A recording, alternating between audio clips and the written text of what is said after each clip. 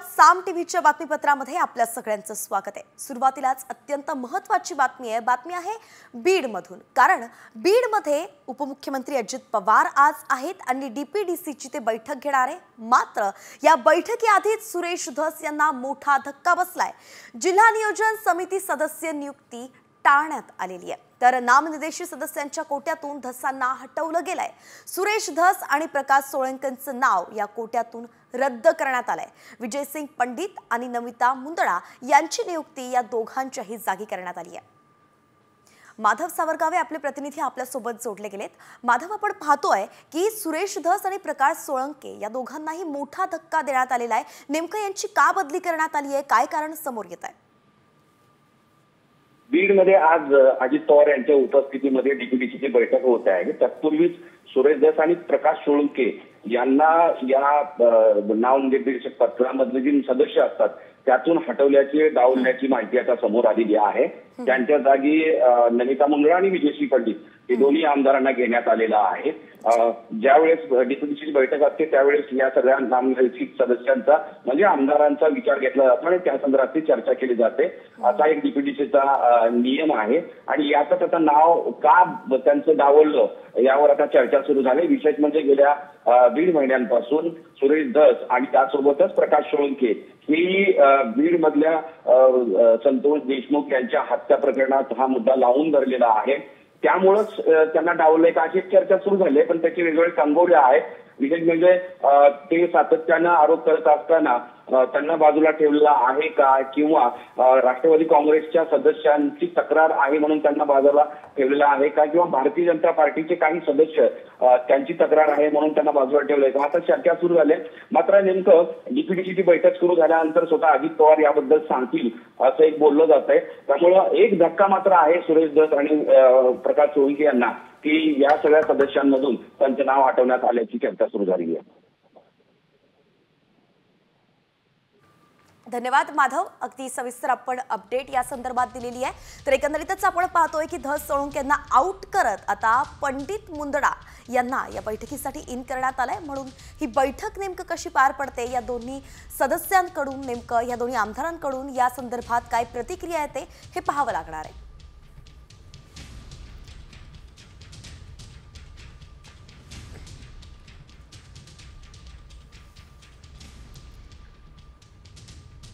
तर आपण पाहतोय की सुरेश धस जे भाजपचे आमदार आहेत आणि राष्ट्रवादी अजित पवार पक्षाचे आमदार आहेत प्रकाश सोळंके, या दोघांनाही या बैठकीतून बाहेर करण्यात आलेलं आहे। त्यांचं नाव यादीतून रद्द करण्यात आलेलं आहे। तर भाजपच्या आमदार नमिता मुंदडा आणि राष्ट्रवादी अजित पवार पक्षाचे आमदार विजय सिंग पंडित या दोघांचीही धस आणि सोळंके या दोघांच्या जागी नियुक्ती करण्यात आलेली आहे।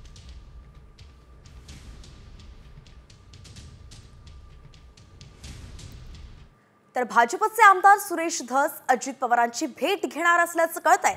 सुरेश धस अजित पवारांना पेन ड्राईव्ह देणार आहे असंही कळतंय। डीपीडीसी बैठकीत सुरेश धसांना आता एंट्री नाकारण्यात आलेली आहे आणि म्हणून अजित पवारांना पेन ड्राईव्ह देणार असल्याचं धस यांनी सांगितलंय। त्यांनी स्पष्ट केलंय की आपण स्वतंत्र भेट घेऊन का असेना अजित पवारांना पेन ड्राईव्ह देणार आहे। म्हणून या पेन ड्राईव्ह मध्ये नेमकं काय हे पाहावं लागणार आहे। अजित पवार फास्ट निर्णय घेतात असं धसांचं म्हणणं आहे। त्यांचा अजूनही असा विश्वास आहे आणि म्हणूनच या पेन ड्राईव्ह मार्फत ते काही पुरावे देण्याची शक्यताही आता वर्तवली जाते। कामाचा उरक चांगला आहे, फास्ट निर्णय क्षमता आहे, त्याच्यामुळं जिल्ह्याला आणि आता जिल्ह्याला फरक दिसला नाही का? बीड शहरात सगळे घाणच घाण असते, जरा साफसफाई तरी झाली ना, म्हणून दादांनी वारंवार आमच्या जिल्ह्याला यावं अशी आमची अपेक्षा राहील। आज ते डॉक्युमेंट आणि मी त्याची सीडी जे आहे ते काय म्हणतात पेन ड्राईव्ह त्याचं पेन ड्राईव्ह त्यांच्याकडे देणार। आज काही पुरावे देणार आहे तुम्ही दादांना? अहो पिनड्रॉप सगळेच पुरावे आहेत ना।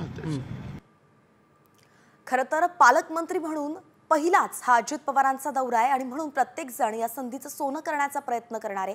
त्यानुसारच धस सुद्धा पेन ड्राईव्ह देण्याचा प्रयत्न करणार असल्याचं कळतंय। तर पालकमंत्री म्हणून हा पहिला दौरा असणाऱ्या अजित पवारांनी सज्जड दम मात्र आपल्या या पहिल्याच दौऱ्यात दिलाय।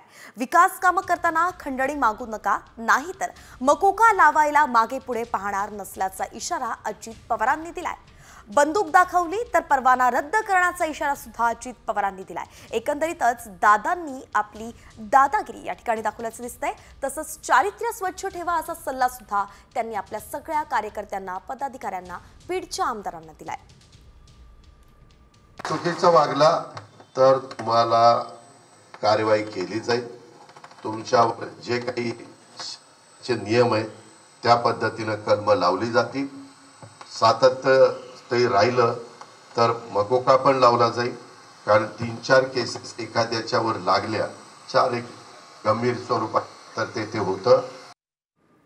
तर अजित दादांनी नेमका कसा दम दिलाय आमदारांना पाहूयात. विकास कामं करताना खंडणी मागू नका, मकोका लावेल असा थेट इशारा दिला. वेडवाकडं काम केला तर सहन करणार नाही अशा स्पष्ट शब्दांत सांगितलं. बंदुका दाखवणारे, त्याचे रील्स बनवणाऱ्यांवर सुद्धा कारवाई करा, परवाना सुद्धा त्यांचा रद्द करा. तर दुष्ट प्रवृत्तीच्या लोकांना दूर ठेवा असं सांगितलंय आणि चारित्र्य स्वच्छ ठेवा असं सुद्धा त्यांनी तंबी दिली आहे. गुन्हेगारी प्रवृत्तीच्या लोकांना कदापि संरक्षण दिलं जाणार नाही असंही अजित पवार म्हणाले.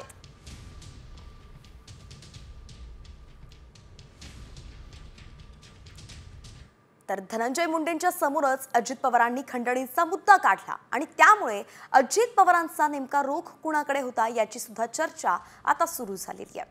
वळूयात पुढच्या बातमीकडे. बातमी आहे सुप्रिया सुळेंच्या संदर्भात.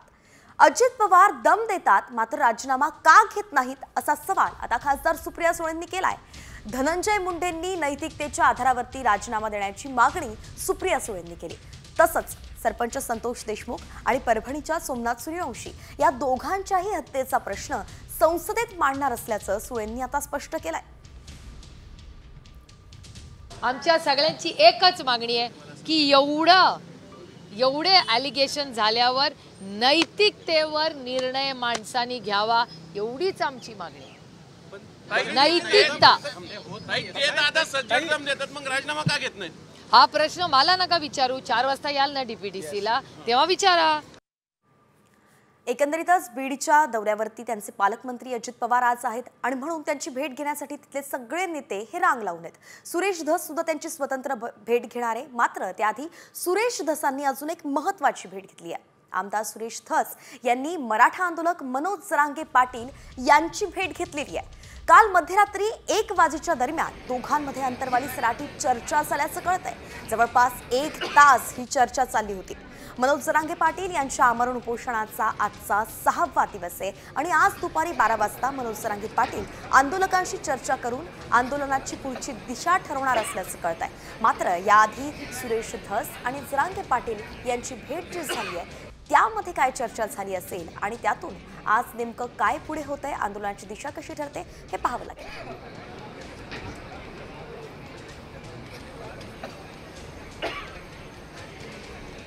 तर आता एक मोठी बातमी समोर येते. उपमुख्यमंत्री एकनाथ शिंदे आणि आदित्य ठाकरे आज अगदी आमने सामने येण्याची शक्यता आहे. मुंबई शहर जिल्हा नियोजन समितीची आज बैठक होणार आहे आणि याच बैठकीत हे दोघे आमने सामने येऊ शकतात. पालकमंत्री म्हणून उपमुख्यमंत्री एकनाथ शिंदे यांची ही पहिलीच बैठक होतीये. तर भाजप, शिवसेना आणि काँग्रेसचे आमदार भिडण्याची शक्यताही वर्तवली जाते. वरळीचे आमदार आदित्य ठाकरे या बैठकीला उपस्थित राहणार का याकडे सगळ्यांचं लक्ष आहे. जर ते उपस्थित राहिले तर शिंदे आणि ठाकरे आज आमने सामने येऊ शकतात.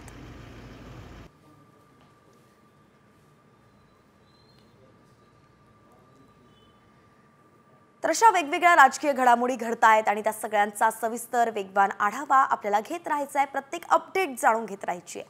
परंतु राजकीय बातम्या सोडून इतरही अनेक घडामोडी घडतायत राज्यामध्ये. त्या सगळ्यांचा आता वेगवान आढावा टॉप 50च्या माध्यमातून. राज्यात जीबी सिंड्रोमच्या रुग्णसंख्येत वाढ सुरूच आहे. जीबी सिंड्रोमच्या रुग्णांचा आकडा आता 127 वरती पोहोचलाय आणि त्यापैकी 20 रुग्ण व्हेंटिलेटरवरती आहेत. तर पुण्यात जीबीएसमुळे पहिला मृत्यू झालाय आणि त्यामुळे राज्यात जीबीएस बळींचा आकडा आता 2 वरती गेलाय. जीबीएस आजारानं राज्यात 1 बळी गेल्यानंतर केंद्राचं 7 जणांचं पथक पुण्यात दाखल झालं. हे पथक पुण्याच्या नांदेड गावात पाहणीसाठी पोहोचलं. मात्र पथक विहिरीची पाहणी न करताच परत जात असल्याचा आरोप ग्रामस्थांनी केला आणि गावकऱ्यांनी पथकाला रोखलं. त्यानंतर पथकानं विहिरीतील पाण्याची पाहणी केली. लातूरमध्ये जीबीएस आजाराचे 2 संशयित रुग्ण आढळलेत. संशयित रुग्णांवरती लातूरच्या विलासराव देशमुख शासकीय वैद्यकीय महाविद्यालयाच्या रुग्णालयात सध्या उपचार सुरू आहेत. जीबीएसची शक्यता लक्षात घेऊन अगोदरच रुग्णालयात कक्ष स्थापन करण्यात आलाय.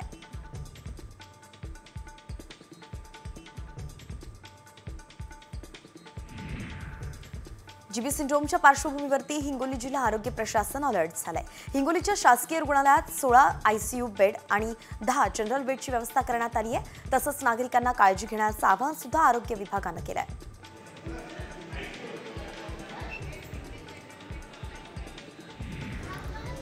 भारत इंग्लंड चौथ्या T20 सामन्यावरती सुद्धा जीबीएसचं सावट पाहायला मिळत आहे.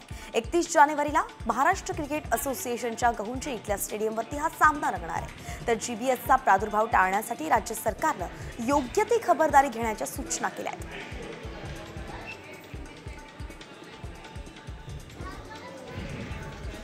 पुण्यामध्ये आरटीओ विभागातर्फे 31 जानेवारी ते 2 फेब्रुवारीपर्यंत राज्यस्तरीय रस्ता सुरक्षा क्रीडा अभियानाचं आयोजन करण्यात आलंय. या अनुषंगानंच चालकांची ड्रायव्हिंग लायसन्स टेस्ट आता पुढे ढकलण्यात आली आहे. या कार्यक्रमासाठी राज्यभरातून मोठ्या प्रमाणात मोटर वाहन विभागाचे खेळाडू सहभागी होणार आहेत.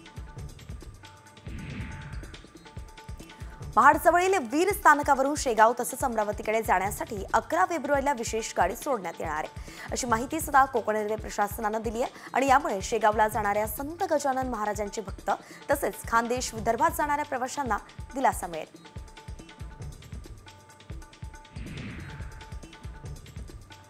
तर नूतनीकरणामुळे मुंबईतील विमानतळ 1 यावर्षी बंद राहण्याची शक्यता आहे. अधिक प्रवाशांना सामावून घेण्यासाठी टर्मिनलचा पुनर्विकास केला जाणार आहे. टर्मिनल नूतनीकरणाचं काम याच वर्षी सुरू होईल आणि याच नूतनीकरणामुळे विमानतळ 2 आणि नव्यानं बांधलेलं नवी मुंबई विमानतळ हे वापरलं जाईल. एसटीच्या पाठोपाठ आता पुण्यातील PMPMLची तिकीट दरवाढ होणार आहे. इंधनाचे वाढते दर, वाहनांच्या सुट्ट्या भागात वाढत्या किमती आणि कर्मचाऱ्यांची झालेली पगारवाढ यामुळे वाढ करण्यात आली आहे. PMPL मधून दररोज 10 ते 12 लाख प्रवासी प्रवास करतात.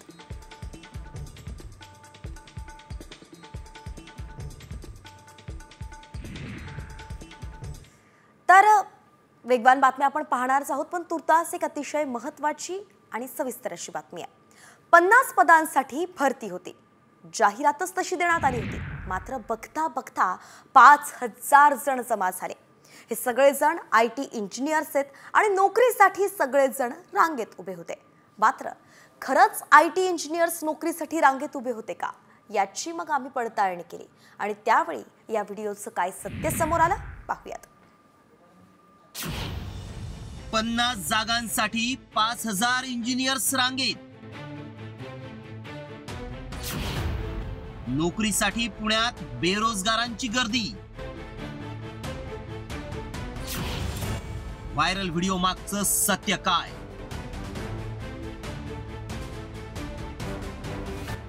ही गर्दी पहा. नोकरी मिळवण्यासाठी ही तुफान गर्दी उसळली आहे.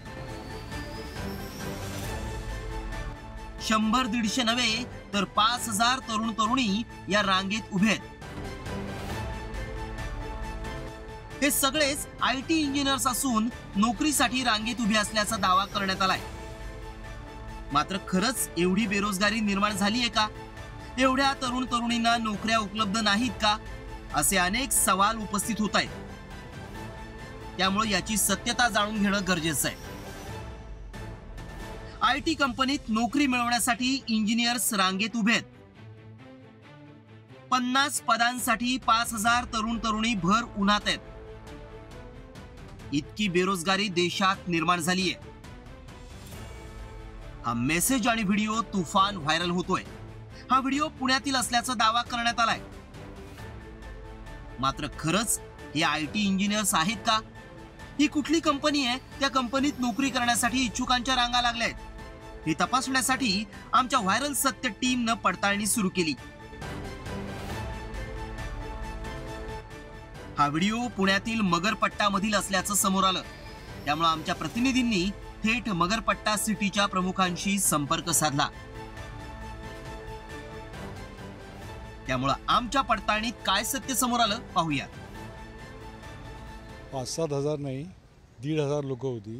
ही काय करतात, ज्यावेळेस ओपन इंटरव्ह्यू कॉल करतात त्यावेळेस जे एलिजिबल आणि नॉन एलिजिबल दोन्ही येतात, आत्मी लाईनवर थोडं थांबावं लागतं. आत्मी गेले की ते जे एलिजिबल आहे त्यांचीच इंटरव्ह्यू होती, बाकी ते नाही येऊ म्हणून सांगतात. हे सगळ्या कंपन्यांमध्ये कंटिन्युअसली होतात. तुम्ही काल आला असं तरी तुम्हाला अशीच गर्दी दिसली असती. रिक्रुटमेंट ह्या दिवसात होती जानेवारी महिन्यात, त्यावेळेस अशी गर्दी होती थोडी, पण ते इतकं त्याचं ब्लॉट होईल असं मला माहिती नव्हतं. पण ते 7-8 हजार लोक नव्हते, 1200-1500 लोक होते. United parcel services he IT company नाही, लॉजिस्टिक आणि बँकेट सर्व्हिस प्रोव्हाइड कंपनी आहे. ही अमेरिकन कंपनी असून कंपन्यांना बँकेट सर्व्हिस प्रोव्हाइड करते. Data entry, customer support, telecalling पदं भरली जातात. बॅक ऑफिससाठी 50 जागा होत्या, तिथं इंजिनियर्स देखील आले होते. यामध्ये 5000 IT इंजिनियर नव्हते, तर 1,500 जण होते. IT पार्क मधील कंपन्या नेहमीच वॉक इन इंटरव्ह्यू साठी जाहिरात देत असतात. त्यामुळे उमेदवारांची पात्रता आधी तपासली जात नाही. परिणामी योग्य शैक्षणिक पात्रता नसलेले उमेदवार देखील थेट मुलाखतीसाठी येतात. आमच्या पडताळणीत 5000 IT इंजिनियर्स रांगेत उभे असल्याचा दावा असत्य ठरलाय. मात्र हे IT इंजिनियर्स नसले तरी देशात बेरोजगारांची संख्या वाढतीये, हे भयान वास्तव यातून समोर आलंय. Bureau report,